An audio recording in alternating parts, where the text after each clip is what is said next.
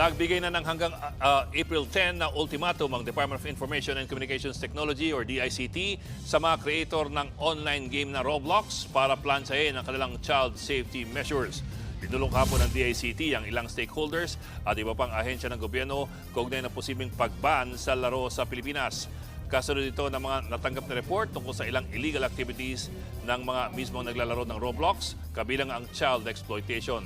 Ayon kay Renato Paraiso, ang direktor ng Cybercrime Investigating and Coordinating Center, kulang ang safety measures ng Roblox, lalo na po ang messaging function para protektahan ang mga bata.